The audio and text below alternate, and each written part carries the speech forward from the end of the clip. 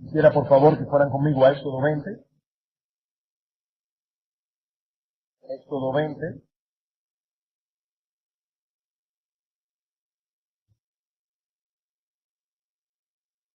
Y vamos a leer el versículo 17. Éxodo 20, versículo 17. No codiciarás la casa de tu prójimo, no codiciarás la mujer de tu prójimo, ni su siervo, ni su criada, ni su buey, ni su asno, ni cosa alguna de tu prójimo. Si pudiéramos rastrear nuestros pecados, cualquier pecado, hasta su misma fuente, hay tres cosas con las que nos toparemos con toda certeza en una forma u otra: incredulidad, orgullo y codicia. Estos tres pecados pertenecen a una categoría especial porque subyacen en la raíz de todos los pecados y están tan estrechamente ligados entre sí que aunque cada uno de ellos posee connotaciones particulares que los definen, difícilmente podríamos trazar los límites donde termina uno y comienzan los otros. La incredulidad nos lleva de la mano al orgullo y a la codicia, y donde quiera que hay codicia, allí también hay orgullo e incredulidad. En la mañana de hoy, y luego de varios meses de estudios en el Decálogo, la ley moral de Dios, o los 10 mandamientos, hemos arribado finalmente al 10º mandamiento, cuyo foco de atención es precisamente el terrible, terrible pecado de la codicia. La codicia, hermanos y amigos, no es cualquier pecado. La codicia corrompe, y su corrupción alcanza las partes más íntimas de nuestro ser. La codicia trastorna nuestras prioridades, atenta contra nuestras relaciones personales, promueve divisiones y contiendas, aviva el fuego de la envidia, de los celos, de los pleitos. Apenas podríamos mencionar algún problema interpersonal que de un modo o de otro no se relacione con la codicia. Alguien dijo una vez que podríamos reducir la historia de la raza humana, tanto de naciones enteras como de las familias que componen esas naciones, podríamos reducir la historia humana a un solo lema: no codiciarás lo que le pertenece a otro. Esa ha sido la historia humana a lo largo de los siglos. Yo codicio, tú codicias, él codicia, nosotros todos codiciamos. Cuenta la historia que un pirata había sido apresado y llevado delante de Alejandro el Grande. Y cuando éste le preguntó qué lo había inducido a la piratería y a hacer el mar un lugar inseguro, el pirata respondió: yo estaba haciendo exactamente lo mismo que tú estás haciendo al volver el mundo inseguro, pero debido a que trabajo con un pequeño barco me llaman pirata, a ti te llaman rey porque lo haces con toda una flota. Era el mismo principio. La codicia está detrás de las pequeñas y las grandes contiendas. Dice Santiago en el capítulo 4, versículo 1 de su epístola: ¿de dónde vienen las guerras y los pleitos entre vosotros? ¿No es de vuestras pasiones las cuales combaten en vuestros miembros? ¿Cuáles pasiones? La codicia y la envidia, dice Santiago en el versículo 2.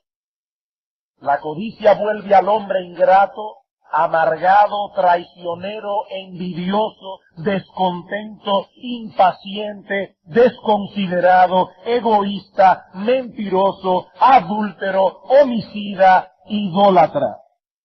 La codicia apaga el celo y la devoción de aquellos que profesan la fe, anula al creyente en su servicio, distorsiona sus prioridades, ahoga su primer amor.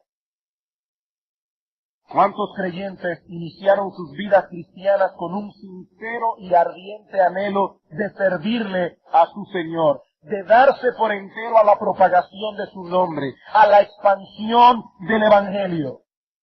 Y hoy apenas son una sombra de lo que fueron alguna vez. Y yo me pregunto, ¿qué sucedió con la mayoría de ellos?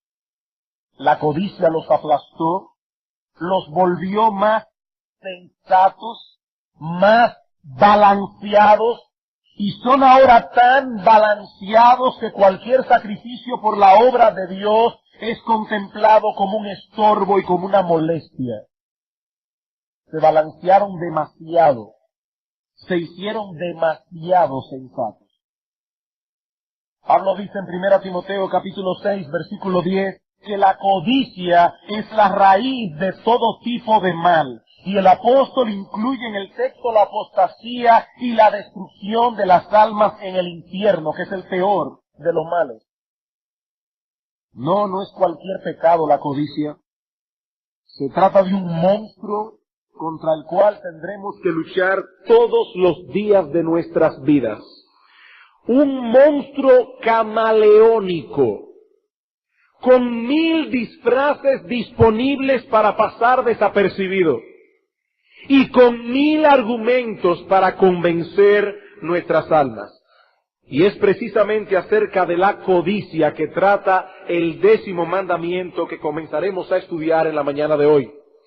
Y lo primero que quiero que veamos, hermanos y amigos, es la esencia del 10º mandamiento.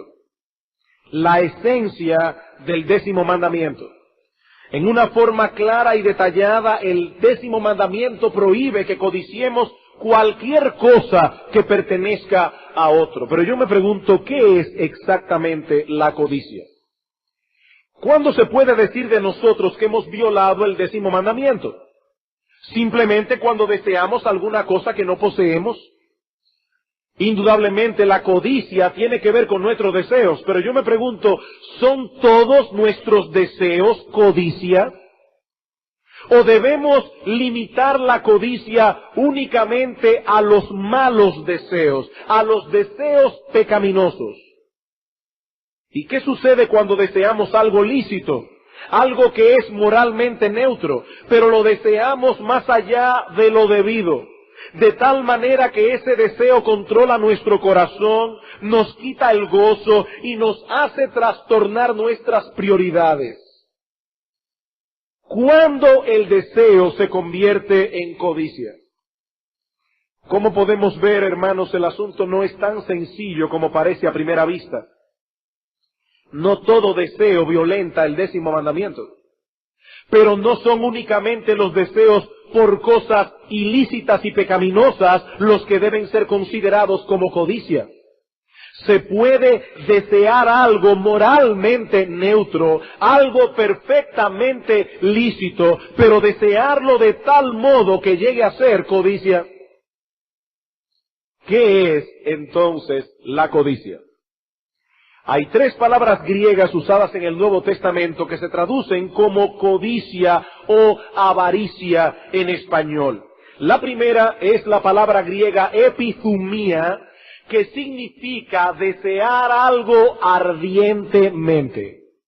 Desear algo, pero no con cualquier tipo de deseo, sino con un anhelo y deseo ardiente. Ahora bien, esta palabra griega es neutral en sí misma, ya que se puede desear ardientemente algo santo y bueno. Por ejemplo, en Lucas capítulo 22, versículo 15, el Señor dice a los discípulos: «Cuánto he deseado comer esta Pascua con vosotros antes que padezca». Y la palabra allí es epithumia. El Señor deseaba ardientemente comer esta última Pascua con los discípulos. Y en ese caso se trataba de un deseo santo y justo. Pero usualmente la palabra aparece en contextos negativos para denotar deseos que son pecaminosos. Por ejemplo, es la palabra epithumia la que el apóstol Pablo usa en Romanos capítulo 7, versículo 7, cuando dice: ¿qué diremos, pues? ¿La ley es pecado? En ninguna manera. Pero yo no conocí el pecado sino por la ley, porque tampoco conociera la codicia si la ley no dijera: no codiciarás. Otra palabra que se usa en el Nuevo Testamento es filarguria, que significa simplemente amor por las riquezas. Amor por las riquezas. Esa es la palabra que aparece en Hebreos capítulo 13, versículo 5, cuando dice el apóstol: sean vuestras costumbres sin avaricia, contentos con lo que tenéis ahora. Y finalmente la tercera palabra es pleonexia, que significa querer tener más. Querer tener más. Esta es la palabra que Pablo usa en Colosenses capítulo 3, versículo 5, cuando nos dice que debemos hacer morir la avaricia, que es idolatría. Tomando estas tres palabras en conjunto, podemos decir que la codicia es un ardiente deseo por las riquezas en sentido general, o por cosas que no tenemos pero quisiéramos tener. Es un ardiente deseo por las riquezas. Es un ardiente deseo por tener cosas. Ahora, no todo deseo es codicia, pero el deseo del que hablamos aquí es tan fuerte que nos roba la quietud del alma. Es un deseo que nos quita el contentamiento por causa de aquellas cosas que no tenemos y quisiéramos tener. Por eso alguien ha definido la codicia como desear tanto alguna cosa que pierdas tu contentamiento en Dios. Desear tanto alguna cosa que pierdas tu contentamiento en Dios. ¿Es lícito que un soltero desee casarse? Sí, es lícito. 1 Corintios capítulo 7. ¿Es lícito que una pareja de esposos desee tener hijos? Sí, es perfectamente lícito. Pero la codicia es un deseo que nos roba el contentamiento. La codicia y el contentamiento son colocados en las Escrituras frente a frente como cosas que son opuestas entre sí. Donde hay contentamiento no hay codicia. Y donde hay codicia no hay contentamiento. 1 Timoteo capítulo 6, versículo 6. 1 Timoteo capítulo 6, versículo 6. Dice así el apóstol Pablo hasta el versículo 10. Pero gran ganancia es la piedad acompañada de contentamiento, porque nada hemos traído a este mundo y sin duda nada podremos sacar. Así que teniendo sustento y abrigo, estemos contentos con esto. Porque los que quieren enriquecerse caen en tentación y lazo y en muchas codicias necias y dañosas que hunden a los hombres en destrucción y perdición. Porque raíz de todos los males, o más literalmente, raíz de todo tipo de mal, es el amor al dinero, el cual codiciando algunos se extraviaron de la fe y fueron traspasados de muchos dolores. Dice el apóstol Pablo, tú tienes sustento y abrigo, tú debes estar contento con eso. Eso no quiere decir que tú no quieras prosperar, pero debes tener contentamiento. Debes estar contento con lo que tienes. De lo contrario, dice Pablo, caerás en codicias necias y dañosas que hunden a los hombres en destrucción y perdición. Hebreos capítulo 13. Hebreos capítulo 13.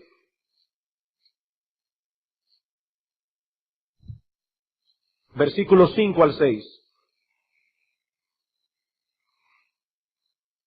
Sean vuestras costumbres sin avaricia, contentos con lo que tenéis ahora. Sin avaricia, sin codicia, con contentamiento. Porque Él dijo, no te desampararé ni te dejaré, de manera que podemos decir confiadamente, el Señor es mi ayudador, no temeré lo que me pueda hacer el hombre. Contentamiento, codicia. ¿Qué es la codicia? Desear tanto una cosa algo que no tenemos, al punto de que perdamos nuestro contentamiento en Dios. Hermanos, no hay nada malo en que deseemos adquirir cosas que no tenemos. Como no hay nada de malo en que usemos los medios que Dios ha provisto para obtener esas cosas, o aún para prosperar materialmente. Al hablar de la codicia debemos hacer hincapié en algo que hemos dicho muchas otras veces desde este púlpito: las riquezas no son malas en sí mismas. De hecho, Dios ha provisto ciertos medios a través de los cuales podemos incrementar legítimamente nuestras posesiones.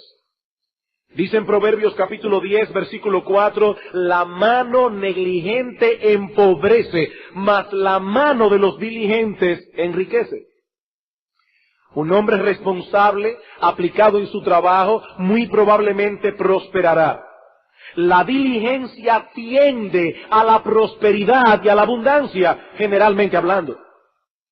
Los pensamientos del diligente, dicen Proverbios 21:5, ciertamente tienden a la abundancia, mas todo el que se apresura alocadamente, de cierto va a la pobreza. Y en Proverbios 21:20 dice: tesoro precioso y aceite hay en la casa del sabio, mas el hombre insensato todo lo disipa. Todo lo disipa. Existe una relación directa entre la diligencia, la responsabilidad, la sensatez y la prosperidad material. Así como también entre la negligencia, la actuación irreflexiva e insensata y la pobreza. Ahora, debo aclarar que yo no estoy diciendo aquí que todo aquel que es pobre porque es un negligente, un irreflexivo y un insensato. Hay muchos factores que entran en juego en este asunto y todos ellos bajo el control soberano de Dios. Una persona puede ser pobre porque no tuvo las oportunidades que otros tuvieron, o por ciertas limitaciones naturales, o por el lugar en que le tocó nacer y desarrollarse. Incluso una persona puede llegar a ser pobre por su fidelidad a Dios, porque siendo fiel a Dios se niega a entrar en ciertos negocios. Son muchos y variados los factores que entran en juego en la pobreza, pero eso no elimina el principio general que encontramos en las Escrituras. El negligente tiende a empobrecer, el diligente tiende a prosperar. Y esa prosperidad es una bendición de Dios. Las riquezas no son malas en sí mismas. Es mucho el bien que puede hacerse con las riquezas cuando éstas se encuentran en las manos correctas. Sin embargo, la Biblia enfatiza una y otra vez que no debemos perseguir las riquezas. No debemos.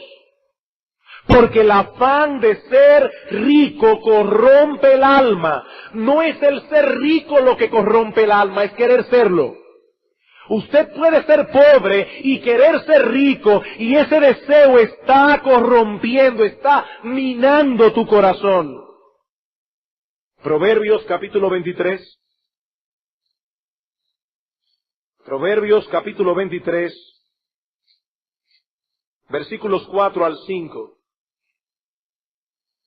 La palabra de Dios no podría ser más clara en esto. No te afanes por hacerte rico.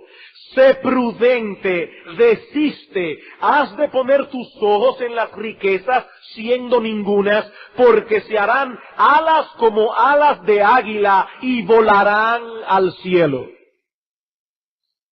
Imagínese usted una persona que se encariña con un águila.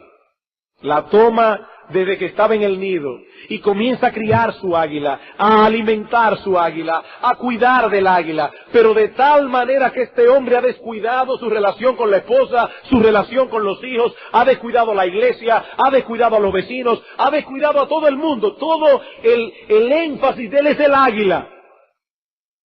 Hasta que un día el águila crece, las alas se le fortalecen, vuela al cielo, y todo el empeño de esa persona voló con él también. Dice Salomón en este libro: el que se afana por hacerse rico le pasará exactamente lo mismo. No te afanes por hacerte rico, eso es una imprudencia. Dice: sé prudente, desiste. Es una imprudencia afanarse por hacerse rico. Proverbios capítulo 30. Proverbios capítulo 30. Yo me pregunto cuántas personas creyentes oran con estas mismas palabras con que Agur oró a Dios. Dice en el versículo 7, 2 cosas te he demandado, no me la niegues antes que muera. vanidad y palabra mentirosa aparta de mí. No me des pobreza ni riquezas. Manténme del pan necesario. No sea que me sacie y te niegue y diga quién es Jehová, o que siendo pobre hurte y blasfeme el nombre de mi Dios. ¿Qué te pido, Señor? No me des pobreza, no me des riquezas, manténme del pan necesario. Esa es mi petición. Mateo capítulo 6. Mateo capítulo 6. Versículo 19. Una vez más hago énfasis en que la Biblia no pudo haber sido más clara en esta dirección. Dice el Señor Jesucristo en Mateo capítulo 6, versículo 19, no os hagáis tesoros en la tierra. Literalmente, no atesoréis tesoros. Si son terrenales, si pertenecen a este mundo, si tú no te vas a poder llevar esas cosas contigo cuando mueras, no hagáis tesoros en la tierra. ¿Por qué? Primero, porque los tesoros terrenales no duran. Dice allí la polilla y el orín corrompen, y los ladrones minan y hurtan. No, pastor, pero mira, ahora hay unos seguros que son fantásticos de protección de la propiedad. Y yo tengo alarma en casa, y tengo guardián, y tengo un Doberman. La Biblia dice, las cosas terrenales se deterioran con el uso. Las cosas terrenales se pierden, las cosas terrenales son robadas. Pero vamos a suponer, mi amigo, que tú tengas tanta protección que puedas llegar a la hora de la muerte con todas tus posesiones. Déjame decirte dos cosas. Primero, aún aquellas cosas que no son robadas, que no se pierden, que no se deterioran, dejan de satisfacer con el tiempo. Todas las cosas terrenales que tú anhelas por un tiempo, dejan de ser tan preciadas cuando las tienes en las manos. Ninguna cosa terrenal satisface para siempre. Y lo segundo es que no te vas a poder llevar ni un centavo en el día de la muerte.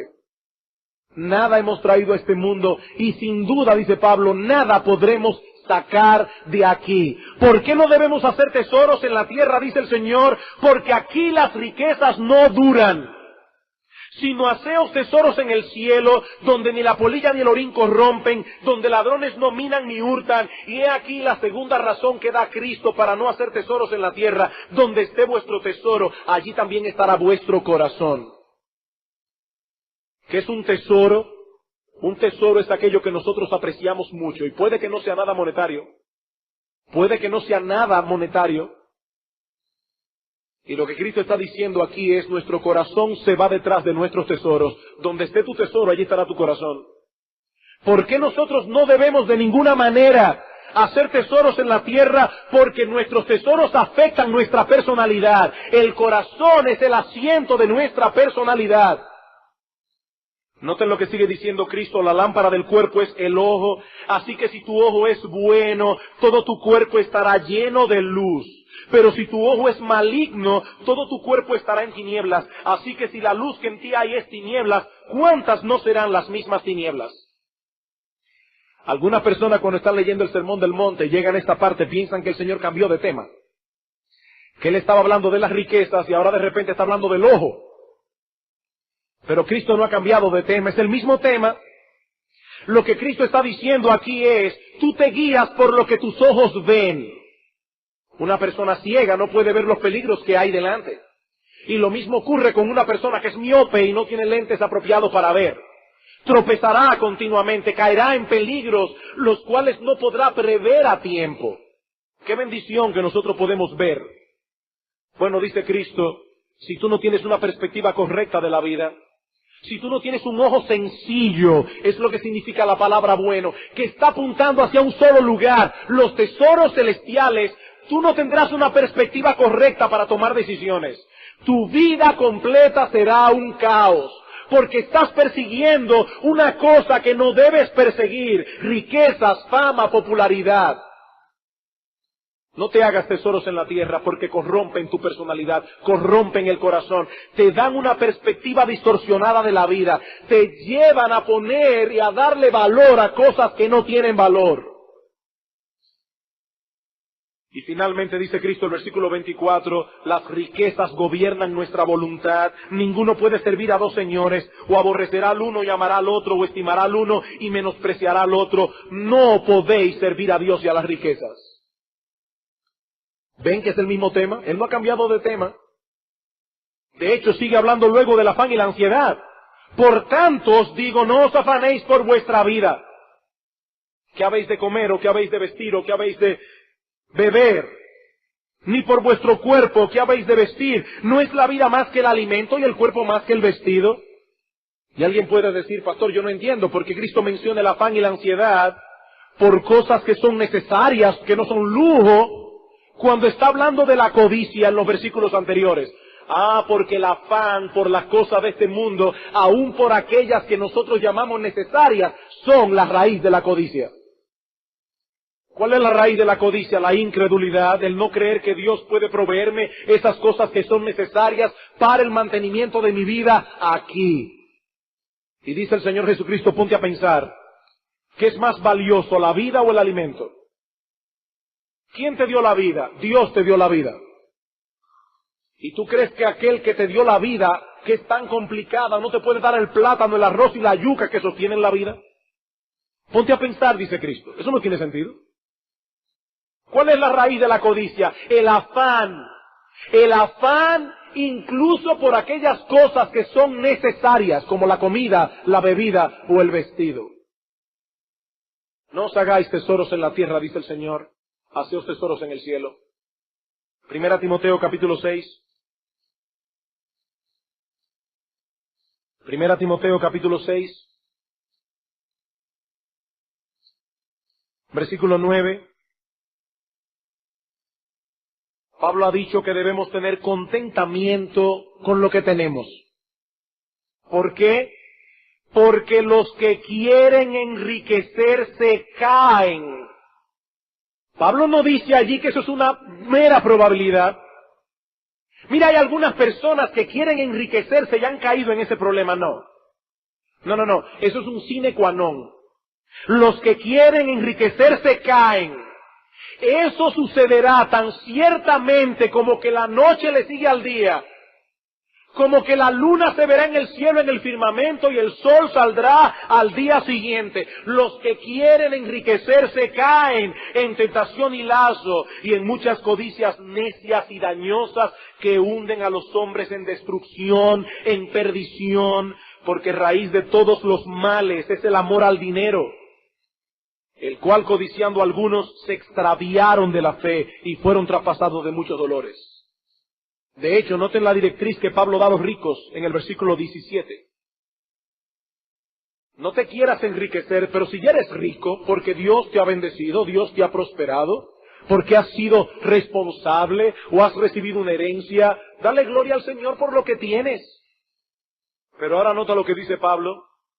A los ricos de este siglo manda que no sean altivos, ni pongan la esperanza en las riquezas, las cuales son inciertas, sino en el Dios vivo, que nos da todas las cosas en abundancia para que las disfrutemos.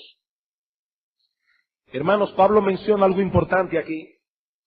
Él dice que el rico se verá tentado a poner su esperanza en las riquezas, las cuales son inciertas, y no en el Dios vivo. Y los ricos tendrán que luchar con esta tentación continuamente. Eso es un mal que tienen los ricos. Eso no quiere decir que un rico no pueda luchar eficazmente contra este problema. Abraham era rico y era un hombre piadoso. Job era rico. Y en una de sus argumentaciones a su favor dice, yo nunca puse en el oro mi esperanza, sino en el Dios de los cielos. Pero el codicioso ya se encuentra atrapado en esa red de maldad. No es una probabilidad, es que él ya se encuentra atrapado en esa red de maldad. Él codicia porque ha puesto su esperanza en las riquezas. Es por eso que Pablo dice en Colosenses capítulo 3, versículo 5, que la codicia es idolatría. El codicioso ha puesto a las criaturas en el lugar que le corresponde al Creador. Él se deleita en los bienes de este mundo más que en Dios, sea dinero, fama, amistades, influencias lo que sea. En estas cosas Él descansa su seguridad, su confianza, su deleite. Así que, hermanos y amigos, el Decálogo concluye exactamente de la misma manera como comienza. El Decálogo es un círculo que se cierra exactamente en el mismo punto donde se abre. Hermanos, ¿cuál es el primer mandamiento? No tendrás dioses ajenos delante de mí. Yo debo ser para ti, dice Dios, el objeto primario de tu amor, confianza, deleite, seguridad, adoración, servicio. Nada ni nadie debe ocupar en nuestros corazones el lugar que solo le corresponde a Dios. No tendrás dioses ajenos delante de mí. ¿Y cómo concluye el Decálogo? No codiciarás. No codiciarás. No dejarás que tus deseos por otras cosas ocupen el lugar que le corresponde a Dios en tu corazón. Como si tu felicidad dependiera de tener otras cosas aparte de Dios. Si vamos a cumplir el primer mandamiento, debemos vigilar de cerca nuestros deseos. Hacia dónde corren nuestros afectos. ¿En qué estamos poniendo nuestra confianza? ¿Cuál es el objeto primario de nuestro deleite? Estos dos mandamientos, el primero y el 10º, comprenden a todos los demás. La posición que ocupan en el Decálogo no es antojadiza. Dios debe ser nuestro Dios, porque no existe otro fuera de Él, porque ningún ser posee los atributos que lo hacen a Él glorioso, porque nuestras vidas serán inmensamente desgraciadas si adoramos y servimos a otro Dios que no sea el único Dios vivo y verdadero que se revela en la creación y en su palabra. Dice el salmista en el Salmo 16:4, se multiplicarán los dolores de aquellos que sirven diligentes a otro Dios. Hermanos, ¿a qué les suenan estas palabras? Se multiplicarán los dolores de aquellos que sirven diligentes a otro Dios. Eso suena a 1 Timoteo 6:10.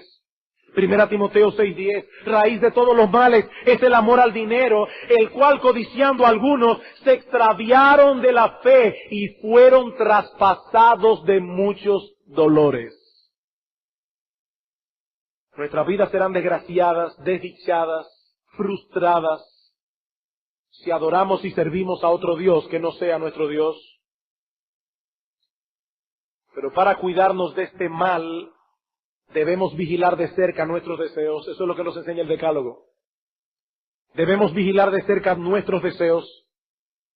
Hermanos, Dios nos ha libertado de la esclavitud para venir a ser nuestro Dios. Y el Decálogo es la verja que Él ha puesto para preservar nuestra libertad. ¿Qué es el Decálogo? Es una verja. La verja que Dios ha puesto a nuestro alrededor para preservar nuestra libertad. Dios nos hizo para su gloria, Dios nos hizo para gozar de Él por siempre, pero el pecado que nos lleva a poner nuestro deleite en otras cosas nos impide cumplir ese propósito, que glorifiquemos a Dios y nos gocemos en Él. Pero hermanos queridos, en Cristo hemos sido libertados de la esclavitud del pecado para que ahora podamos libremente vivir para Dios, libremente encontrar en Él el sentido de nuestra existencia, nuestra felicidad, nuestro gozo. Y la ley moral es la muralla de protección que Dios ha puesto alrededor para preservar esa libertad que Él nos ha dado. ¿Cómo comienza el Decálogo? Éxodo capítulo 20. Éxodo capítulo 20, versículo 1 y 2. Y habló Dios todas estas palabras diciendo, yo soy Jehová tu Dios que te saqué de la tierra de Egipto, de casa de servidumbre. Oye, pueblo mío, yo te he dado libertad. Y ahora yo no quiero que ninguna cosa de este mundo te robe esa libertad. Yo no quiero que seas esclavo de ninguna cosa de este mundo. Por tanto, no tendrás dioses ajenos delante de mí. No codiciarás. No codiciarás. Algunos ven la ley como una esclavitud de la cual sería bueno librarse. Somos libres de la ley, pero es todo lo contrario. La Biblia presenta la ley moral de Dios como una verja que preserva nuestra libertad. Una verja que preserva nuestra libertad. Seremos libres mientras permanezcamos dentro de ese parámetro que Él nos ha dado. Un hombre que no tiene a Dios como su Dios, un hombre que no puede deleitarse adorando a Dios en su día, un joven que no se puede someter a sus padres, un hombre que vive hurtando, matando, adulterando porque no se puede contentar con su mujer, ese hombre es un desgraciado. ¿Es un desgraciado? ¿Y qué es lo que hace Dios? Preservar nuestra libertad con la ley moral. Yo los hice libres, disfruten ahora de su libertad dentro de ese parámetro que yo les he dado. Noten cómo el salmista habla de la ley en el Salmo 119. Salmo 119.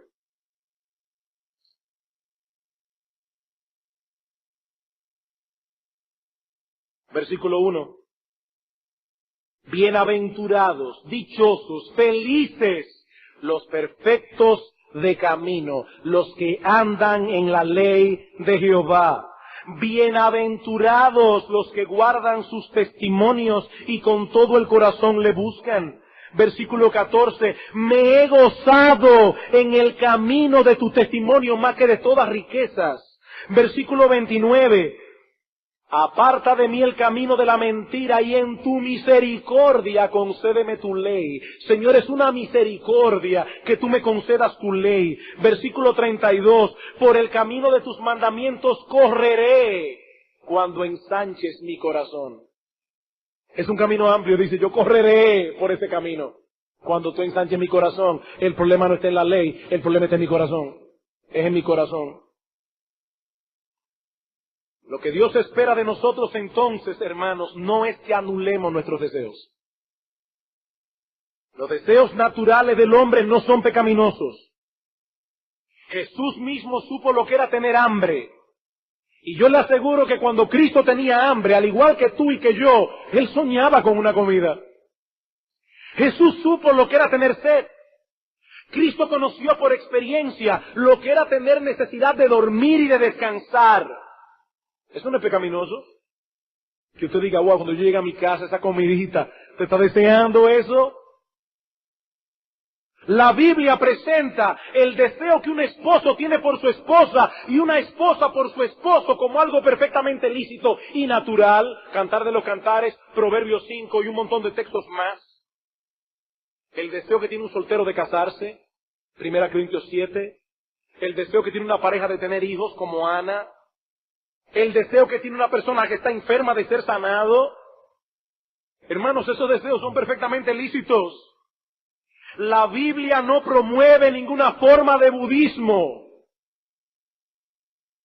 La meta suprema del budismo es llegar al nirvana. ¿Y qué es el nirvana? La completa supresión de los deseos.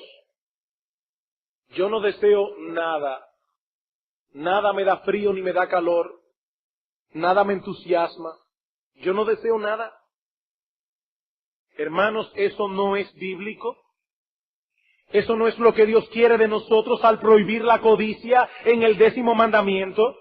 Lo que Dios quiere es que mantengamos nuestros deseos en el parámetro de su carácter santo revelado en su ley moral. Y sobre todas las cosas, que encontremos nuestra satisfacción primariamente en Él. Y que estemos contentos con lo que Él nos provee en su providencia. Eso es lo que Dios quiere.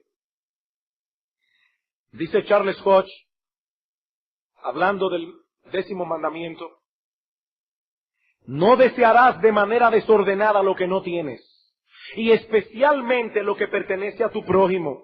Este mandamiento incluye positivamente contentarse con las provisiones de la providencia y la orden negativa de no afligirse ni quejarse debido a los tratos de Dios con nosotros, ni envidiar la suerte y las posesiones de otros. El mandamiento a tener contentamiento no implica indiferencia ni alienta la pereza. Una disposición alegre y contenta es perfectamente compatible con un debido aprecio por las buenas cosas de este mundo y con la diligencia en el empleo de todos los medios apropiados para mejorar nuestra condición de vida. usted puede estar contento y hacer uso de los medios que Dios le ha provisto. Hermano, Dios no espera de los suyos que seamos estoicos. Dios no espera de nosotros que seamos apáticos ante las cosas de este mundo. Pero si de veras creemos que hay un Dios personal, infinito en su poder, sabiduría y amor, un Dios que controla todas las cosas para su gloria y para el bien de su pueblo, usaremos los medios que Él ha diseñado para proveer para nuestras necesidades,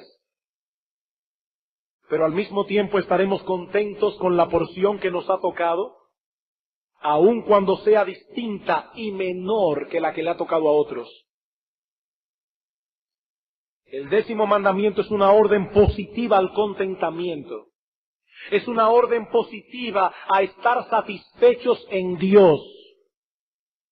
Negativamente es una prohibición a buscar la felicidad en las cosas de este mundo, a tener un deseo desordenado por estas cosas, a envidiar que otros las tengan. Hermanos, amigos, la envidia debe ser necesariamente incluida en el 10º mandamiento. La envidia, como alguien ha dicho, es algo más que un deseo desordenado de poseer algo que no se tiene. Es más que eso. Incluye el dolor de que otros tengan lo que nosotros no gozamos. Este pecado es un verdadero cáncer del alma, dice este autor, produce tormento y carcome todos los buenos sentimientos. Por cuanto la envidia es la antítesis del amor, es de todos los pecados el más opuesto a la naturaleza de Dios. Dios es amor y por eso procura nuestro bien. El envidioso no solo quiere tener, sino que se molesta de que otros tengan. Hermanos, no es lícito que codiciemos lo que otro tiene, como tampoco es lícito que deseemos ninguna cosa a tal punto que perdamos el contentamiento que debemos tener en Dios. Eso no es lícito. Ese es el punto a donde nos lleva el 10º mandamiento, a estar satisfechos en Dios. Todo lo demás que hay en el mundo es una añadidura disfrutable, pero no es la esencia de la vida. Querido hermano, disfruta lo que tengas mientras lo tengas. Disfrútalo. Dice el apóstol Pablo en 1 Timoteo capítulo 6, versículo 17, que Dios nos da todas las cosas para que la disfrutemos. Disfrútalo si Dios te lo dio. Pero recuerda que la felicidad no depende de tener esas cosas o de perderlas, sino de tener a Dios como nuestro Dios. En tu presencia hay plenitud de gozo, dice el salmista, delicias a tu diestra para siempre. Dice el salmista en el Salmo 16, Jehová es la porción de mi herencia, y es hermosa la heredad que me ha tocado. Estaban repartiendo la herencia y a mí me tocó Jehová. Es hermosa la heredad que me ha tocado. En los evangelios se narra la historia de un joven rico que llega al Señor inquiriendo acerca de la vida eterna. Pero el Señor, que conoce perfectamente el corazón de los hombres, penetra en el interior de esta persona y ve que está completamente atrapado por el pecado de la codicia. Así que Cristo le dice, ¿tú quieres obtener lo que buscas? Anda, vende todo lo que tienes y dalo a los pobres y tendrás tesoros en el cielo. Y ven y sígueme. Ahora yo me pregunto, hermanos, ¿cuál es el punto aquí? ¿Acaso estaba Cristo ofreciendo a este joven una salvación por obras? Por supuesto que no. Lo que Cristo quiere es que este joven deje de confiar en sus riquezas y deposite su fe en Él solamente. ¿Cuál es la esencia de la fe? La confianza que depositamos en el objeto de nuestra fe. Ven y sígueme a mí, dice el Señor. Confía en mí, no en tus riquezas. Pero cuando este joven se vio en esta encrucijada, dice la Escritura que se fue triste, porque tenía muchas posesiones. Ese era el objeto de su fe, sus muchos bienes Y mientras fuera de ese modo, este joven no podría depositar su fe en el Salvador. Ese es el problema del codicioso, que al codicioso Dios no le basta. Dios no le basta. Él prefiere la prosperidad y los placeres de este mundo, temporales y cambiantes, antes que encontrar su deleite en aquel que creó los mundos, el Dios inmutable, santo, bueno y todopoderoso, que ha hecho un pacto con su pueblo de no volverse atrás, de hacerles bien. El Señor entendía que era mejor para el joven rico perderlo todo y tenerlo a Él, que seguir siendo rico y no tener a Cristo. Ahora yo te pregunto a ti, ¿tú piensas igual que el Señor? Esa es tu forma de pensar. ¿Cuál es la esencia de la vida para ti? Mirad y guardaos de toda avaricia, dice el Señor en Lucas 12. Y la palabra griega allí es pleonexia, ¿se acuerdan? Querer tener más. Guardaos de toda avaricia, porque la vida del hombre no consiste en la abundancia de los bienes que posee. Esa no es la esencia de la vida del hombre. ¿Qué dice Cristo en Mateo 6? El texto que citamos: no os hagáis tesoros en la tierra, haceos tesoros en el cielo. Los paganos buscan todas estas cosas: comida, bebida, vestido. Vosotros buscad primeramente el reino de Dios y su justicia, y todas las demás cosas vendrán por añadidura. Mi amigo, esa es la añadidura, no la esencia de la vida. Busca primero el reino de Dios. Mi amigo que estás aquí en esta mañana, escúchame bien. Aquel que no tiene a Dios, no tiene nada. No tiene nada. No importa la cantidad de bienes materiales que haya podido acumular, nada hemos traído a este mundo y sin duda nada podremos sacar de él. Nada, absolutamente nada. Ni la cuenta que tienes en dólares, ni el Rolex que tienes en tu mano izquierda, nada. Todo lo que has podido acumular a lo largo de tu vida han sido bienes de este mundo. Lamento decirte, mi amigo, que en realidad tú no tienes nada. Nada. Lo que es peor aún, te han engañado. Te han engañado. Qué terrible cuando uno compra algo y le dice: mire, eso es oro de 18 quilates, una joya. Y uno la compra pensando que tiene la gran oportunidad. Y cuando va un joyero dice: pero eso es lata, eso es latón. Te engañaron. Bueno, mi amigo, si tú has vivido toda la vida acumulando bienes de este mundo, tú has caído en una trampa. ¿A ti te engañaron? Te has dedicado a acumular cosas que no satisfacen realmente el alma del hombre. Si se incrementan tus bienes, tus deseos siguen subiendo de la misma manera, proporcionalmente. Nadie se satisface con bienes materiales. Dice Salomón en Eclesiastés capítulo 5, versículo 10, y él sabía lo que decía, porque tuvo mucho dinero. El que ama el dinero no se saciará de dinero, y el que ama el mucho tener no sacará fruto. ¿Has estado dedicado a una labor infructífera? Infructífera. Mi amigo, solo Dios puede satisfacer plenamente el alma de un hombre. Solo Dios. Por eso la Biblia considera una enorme necedad echar a Dios a un lado para correr detrás de las riquezas de este mundo. Eso es una necedad.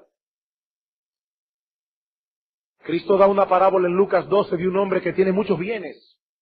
Ha prosperado el individuo y se dice a sí mismo, lleno de satisfacción: alma, muchos bienes tiene guardado ya para muchos años. Come, bebe, regocíjate.